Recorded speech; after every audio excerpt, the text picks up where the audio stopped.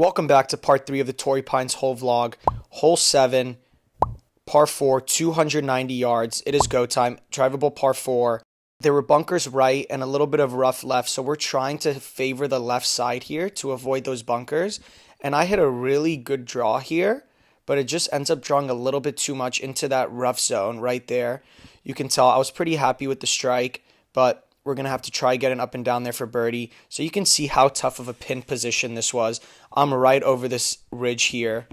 And this thing is like mission impossible, just trying to get this within a certain distance. And I landed exactly where I wanted it to, but you can tell no check whatsoever. And this thing rolls out of frame a little bit. But we still have a good look at it for birdie, just like the other hole. Got a bit of a downhill right to left putt for birdie. And this one is a go zone. We need to make this putt here to claw one back. Like I said, reading this one downhill, right to left, need this one to drop, put a good stroke on it, and it drops for me. Really pumped about that, deserving of the fist pump. We are now 1 over through 7. Next up, hole 8, par 3, 174 yards. We have 7 iron. Pin was tucked middle left, so trying to play a little draw in here, and it looked really good.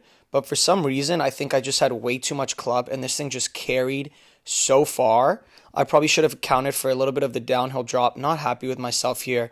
And you can tell I went really far past. Now in the rough, got to try get a good up and down here. But these are tricky because you don't know how it's going to release off your club face in this rough, and you don't know how much spin you're going to get. But I'm taking a couple practice strokes here just to try get the feeling and just trying to land this on the green and let it trickle down.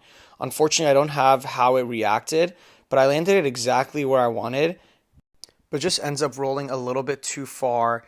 And we rolled a little bit past the hole, but I wasn't too upset because now we have a bit of an uphill putt here. And I was reading this one a little bit like right center, inside right, but this wasn't my best stroke of the day. And unfortunately, we end up pulling this putt just a little bit. Not happy about it.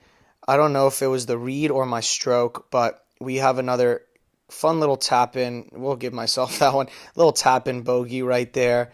Not happy about it, but now we're back to 2 over through 8.